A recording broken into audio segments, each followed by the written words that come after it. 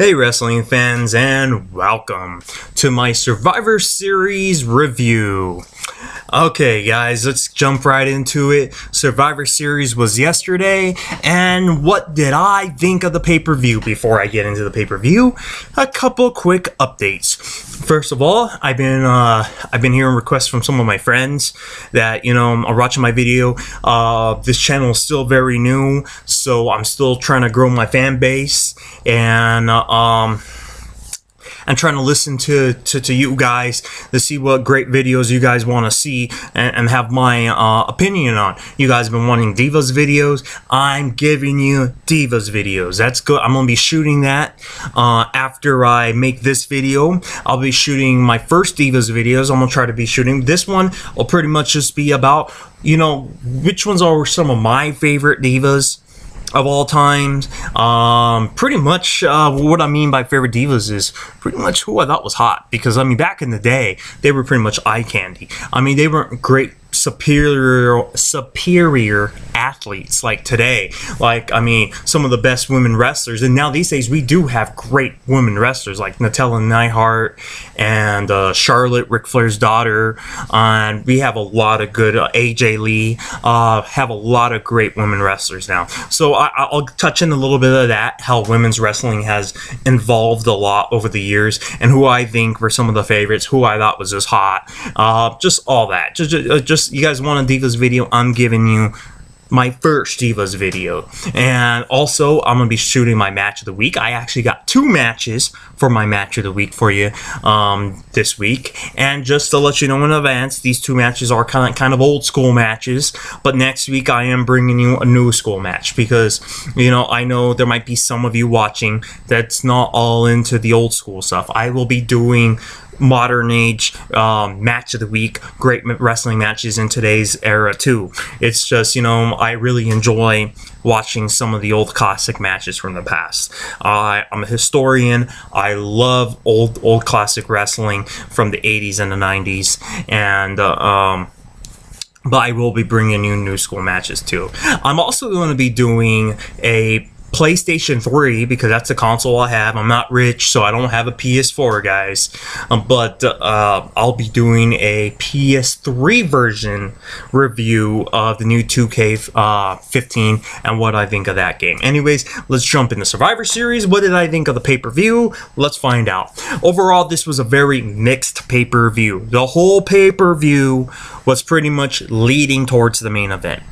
They didn't have anything interesting. They only had 2 interesting angles going into it. The 5-on-5 main event, the traditional Survivor Series match, and then the Dean Ambrose-Bray Wyatt match. Other than that, it was like a glorified episode of Monday Night Raw, is pretty much what it was. So, pay-per-view started off with Vince McMahon, Triple H, and Stephanie, the Authority, and Vince. Can't really call Vince McMahon Authority member. Excuse me, guys, I'm getting over a cold. But they can't come out of the match. They come out, open it up, pretty much a long promo segment, just like Raw. So that's why I'm saying this was like an episode of Monday Night Raw, a glorified episode, the whole beginning part of it. Vince McMahon coming out, John Cena also coming out, and Vince McMahon drops this little stipulation on the match saying if John Cena wins and the Authority is no more, that the only person that could bring the Authority back in power is John Cena. Now that I thought was interesting. Now here's something stupid. Guys, I did not watch SmackDown this past week because, for the longest time, SmackDown has been a glorified house show. And for the most part, I do try to watch SmackDown every week. I missed this past week, and shame on me, because now, finally, they're starting to do significant storylines again back in SmackDown. Like I said, for the longest time, it was like a glorified house show. They never really went forward and progressed with a whole lot of storylines. Every once in a while, you may get something that'll advance the storyline, but for the most part, SmackDown was all match-oriented, which was good to see a good 2-hour wrestling show based on pretty much wrestling and not a drawn-out soap opera like Raw does. That's frankly, not really that good right now, because I've said many times that the writing these days is just atrocious. Anyways, so on SmackDown, apparently they said they grew something. They grew the storyline even more by saying if John Cena's team loses, that the 4 other guys on their team, on John Cena's team, will be fired. Triple H said. I thought that was really stupid. It gave away the ending. If you guys have been watching wrestling for a long time, no, they're not going to fire 4 of their top talent when their roster is so thin. Not gonna happen. So it's pretty much letting you guys know John Cena's team's gonna win. It's like, Jesus, like, make it at least, you know, throw us like a little curve or something. They made it so obvious going into the whole pay-per-view that John Cena's team was going to win the fucking match. We all knew that. It's like, oh man, like, if you guys have been seeing my previous video, I said in another way, if you wanted to make a realistic angle where both teams have something to lose, I said it all, and it would have made the whole Authority storyline come together as a whole. I said in my previous video, I'll say it real quick now, make it where if John Cena lost, John Cena has to join the Authority if he likes it or not, and do whatever John Cena and Stephanie tells him to do. You know, because that's pretty much how the Survivor Series match started. If you guys remember how it started on Raw with the Authority coming out and telling John Cena, why don't you be a part of Team Authority for Survivor Series? John Cena said no, and then that's how you had John Cena against the Authority. Then a week later or so, Vince McMahon came out and said, let's make the match interesting. If you guys lose, you guys cease to be the Authority, and the Authority is no more. So it would have just been better if they would have did my suggestion, because that would have been a realistic view. You guys, I mean, how realistic would it be? Would it be more realistic seeing John Cena kind of being the Authority slave or whatever for a little while, or having 4 superstars fired? Come on, you know that's not going to happen. Okay, and not to mention John Cena's did kind of like a slave angle before. I mean, it may have been repeating a storyline from the past. If you guys don't know what I'm referring to in 2010 when they did the whole Nexus storyline with Wade Barrett. John Cena lost the match and had to be Wade Barrett's slave for however long that storyline was. That was back in 2010, so I can't really remember directly how that storyline ended. So anyways, that's how it started off with the segment, and then we went into our first match, which was a tag team match, and I'm just going to speed by these matches real fast because I'm sure we'll go in depth about each storyline going on my Monday Night Raw review. So pretty much, first match was the tag team titles match. New tag team champions, Damien Sandow and The Miz. I love that. I will talk more about what I think of that storyline in my Monday Night Raw review, which I'll be pumping out in the next couple days. Raw's tonight. I will watch it and try to pump it out for you in the next couple days. Next was actually, I don't know if this is in order, so please don't critique me if these matches are not in order. The 5-on-5 women's tag team match was a very boring match. Very boring match. If you guys seen my videos, know that I love the 5-on-5 Survivor Series match. This match, I feel like just got off really wrong. It just got off on the wrong pace. It was very boring, very time consuming. That's when I did my restroom break and got something to eat from the kitchen because, I mean, I still watched it, but wasn't that great. Anyways, Natalya's team won. None of her team members got eliminated. It was Queen Sweep all the way through Paige, and that's what happened there. Then we got right in the bottom. Then I felt like we got kind of an episode of Superstars, or the main event. We had the Bunny and Adam Rose taking on Slater Gator on a pay-per-view. Really?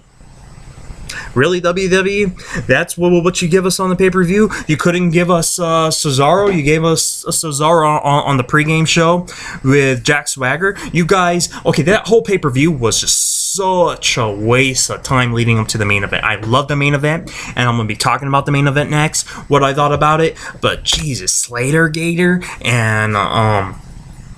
And the Bunny and Adam Rose? I mean, God, you guys know what I think of Cesaro.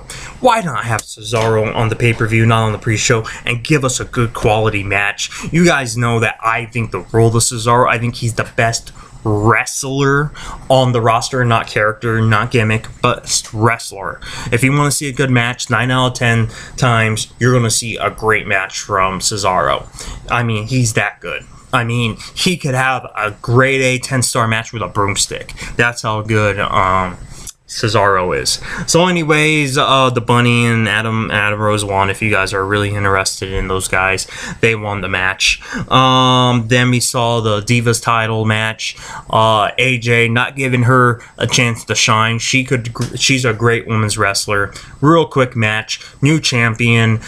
Nikki Bella wins that match. And I'm gonna talk about on Raw what I think about what they did there. I thought that was horrible.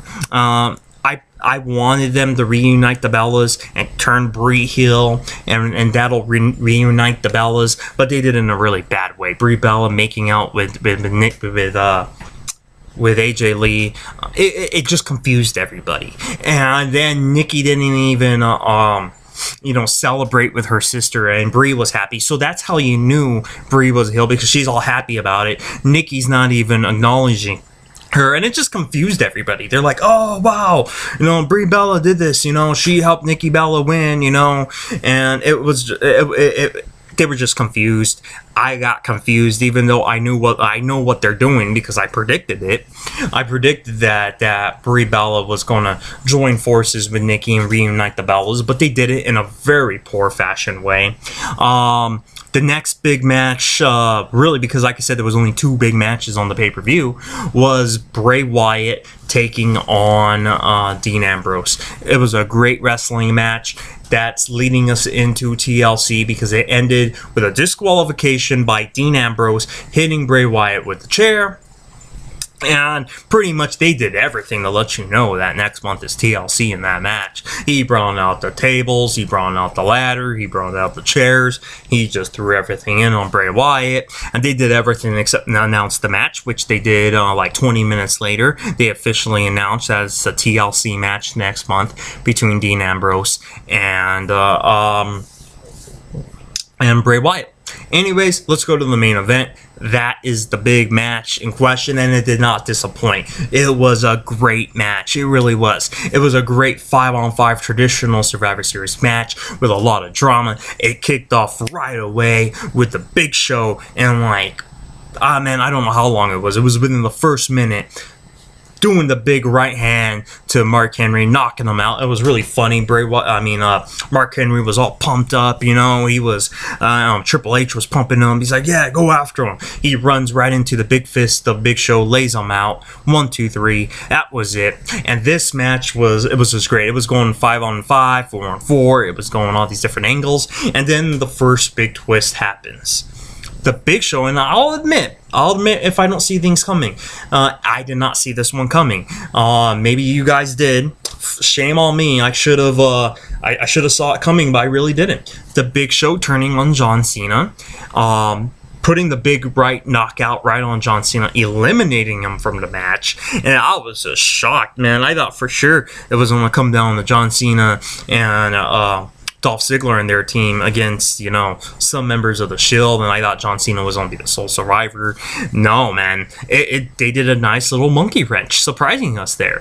It wasn't. John Cena was eliminated, and then Big Show went over, shook hands with Triple H, and I'm pretty much guaranteed that gives something. I mean, it's smart. It gives John Cena something to do next month for TLC before the Royal Rumble. It gives him something to do.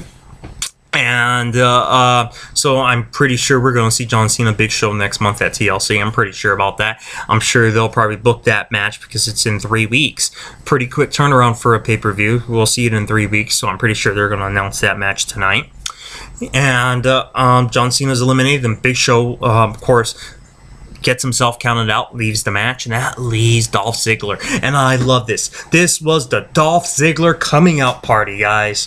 Dolph Ziggler, I thought for the long time was underutilized. I liked how they've been using him the last couple months, and boy, if you ever wanted to build him up to main event status, last night was the night. Boy, did they ever. It was Dolph Ziggler taking on, it was pretty much 1 against 3 against Luke Harper, Kane, and Seth Rollins, I believe, was the last 3. And man, Dolph Ziggler was getting his ass kicked so much, and then he somehow rolls up Luke Harper and Kane and eliminates those, and it came down to Dolph Ziggler and Seth Rollins, back and forth match, near fall after near fall, and then let's get right into the end of the match. And Triple H keeps knocking out the referee every time Dolph Ziggler has Seth Rollins pinned. It was a really great match. It'll keep you on the edge of your seat, you know. I mean, with me, I was entertained. I loved it. I love these 5-on-5, and with the stipulation, like I said, they could have did the whole storyline better, but still, it came together on screen really good. The storyline came together really good on screen. And then Triple H laying out all the referees, and then his referees coming out, Armstrong, I believe it was Armstrong, was coming out, and then all of a sudden, the lights dim. What was it? It was Sting.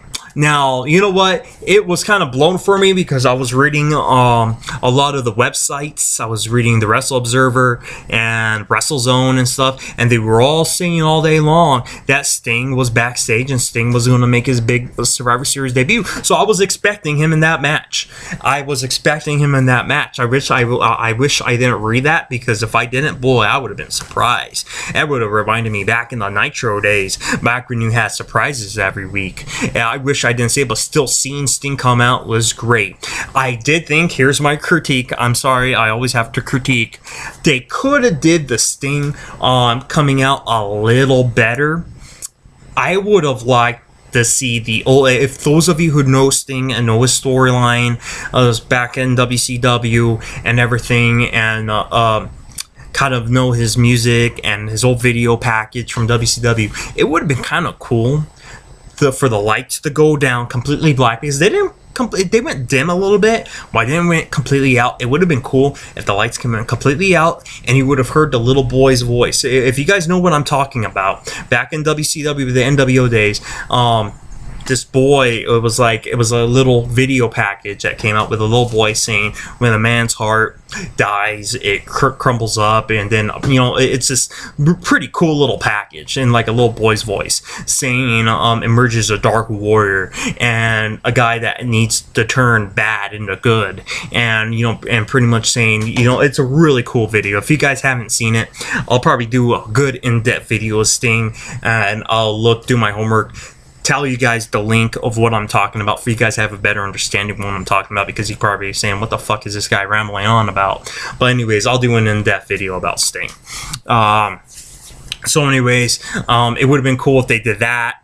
Then would have had Sting came out with a baseball bat. He didn't come out with a baseball bat. It would have been awesome if he would have came out, pointed his baseball bat like he used to do with the NWO and like he used to do in WCW, and just point it right at Triple H. You know, just come out with his old traditional music, because he came out with a new music. It wasn't his traditional WCW song, which that's what I was really looking forward to seeing this Sting. And he didn't come out with the baseball bat. I think it would have been a point, just priceless, if he would have just came out with his song, the video package, pointed the baseball bat right at Triple H and saying, you know what, you know, and just pointing just sets the whole storyline. You know, it sets the mood, just like he did with the NWO. You know, what you guys are doing it wrong, and I'm coming after you.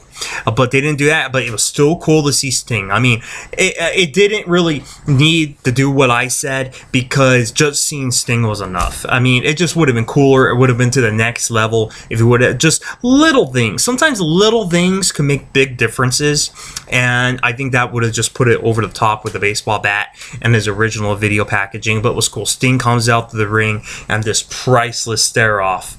Just, it was great between Sting and Triple H. You know, those of you who've been watching wrestling a long time, to the Monday Night Wars, it's, you know, I'm sure Triple H and Sting, or Triple H or Sting and Michaels, or Sting and Undertaker, always been one of your dream matches. Right now, there's only two guys that still wrestle from that era, and that's Triple H and Undertaker.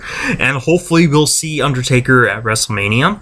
And I'm hoping they do this Triple H one. I'm hoping they don't do Sting Triple H at Mania. It's too far away. I'm hoping we get to see Sting wrestle 2 times. I'm hoping they do Sting and Triple H at Royal Rumble. I really do. I really hope they do that, and that would be a great match for Sting coming back. And it was just great. So the two guys, they face off right there. Great stare down. I love Triple H's face later. He like looks at Sting like, what the fuck are you doing here? You know, even though of course he knows, you know, he probably hired the one that hired Sting back, probably. I mean, Sting's been contracted in WWE for over a year. So it was great seeing Sting come out. Triple H goes, takes a right at Sting. Sting blocks it, hits him, and then it drops the Scorpion Death Drop on him. And then he rolls Dolph Ziggler over Seth Rollins. 1, 2, 3. Authority's out of power. It was great seeing Sting walks back. The Authority's left like, what the hell just happened? John Cena came out. Dolph Ziggler is the sole survivor of the match. God, I love what they did with Dolph Ziggler. Building him up, he eliminated 3 out of the 5 guys himself. It was 1 against 3 at one point. Great Dolph Ziggler coming out party, really solidifying him as a main event star. And please, WWE, please don't fuck it up and water him down in the next couple months, because if you don't have a bout, if you don't have anything, they have a habit of watering down characters when they don't know what to do with them. Please, you guys spent a lot of time building up Dolph Ziggler. Keep him built up, man. You got him in main event status now. Keep him that way. And overall, it was a great match. Great ending to the storyline, and really probably starting the power struggle now between Vince and Triple H and Stephanie. That I heard the rumor that's going to be the storyline going into WrestleMania. Very great. Overall, the first part of the pay-per-view sucked. It was a glorified episode of Raw, and I kind of knew that going in because, like I said, they only had the 2 matches going into it. Very great. Survivor Series overall, if I'm just grading the main event to the ending, I give it a perfect 10. Pay-per-view overall as a whole, I give it a 6. 5 or a 6, because the whole pay-per-view sucked, but that main event made up for everything. I mean, and I knew it was going to be good, but with Sting, it just put it over the top. It was great seeing Sting and Triple H face off. Maybe those of you who's new and kids that's not used to Sting or don't know who he is, man, it doesn't matter, guys. Watch the network, $9.99. Get to know who Sting is. Anyways, guys, that's going to conclude my Survivor Series review video. Like I said, I will be shooting out a couple videos today also. I will be doing a Divas video, my match of the week. And yes, guys, I not just doing WWE videos. I will be doing TNA videos really soon. I will be watching TNA Wednesday, and I will probably make it on Friday. I like to do my videos on Mondays and Fridays. So look for that on Friday. Until then, I hope you guys have a happy Thanksgiving, and watch out for my next video, guys. Alright, guys, take care, and see you later.